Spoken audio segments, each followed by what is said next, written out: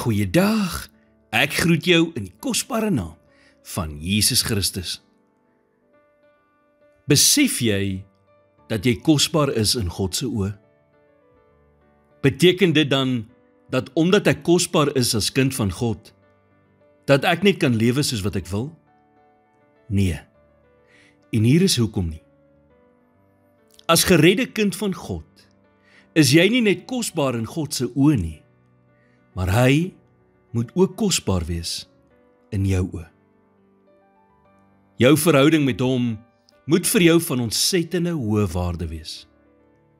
Want jy sien, wanneer 'n verhouding vir 'n mens werklik kosbaar is, sal jy dit beskerm teen enige iets wat dit moontlik mag bedreig.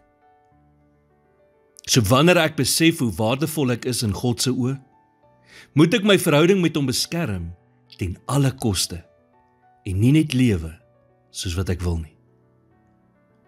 Paulus sê in Romeine 6 vers 1 tot 2, wat sal ons dan sê? Sal ons in die sonde bly dat die genade meer kan word? Nee, stellig nie. Ons wat die sonde afgesterf het, hoe kan ons nog daarin lewe? Jy sien, iets wat kosbaar is, hoort nie in die modder nie.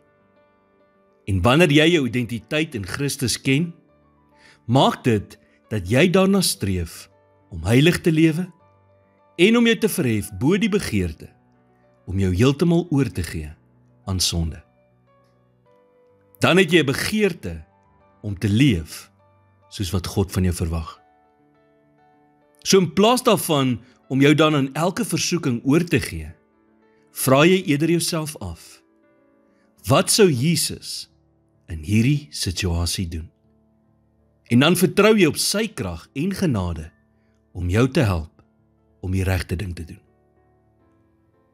God se genade is nie daar sodat ons kan verlustig in sonde nie, maar juis sodat ons kan streef na heilige lewe.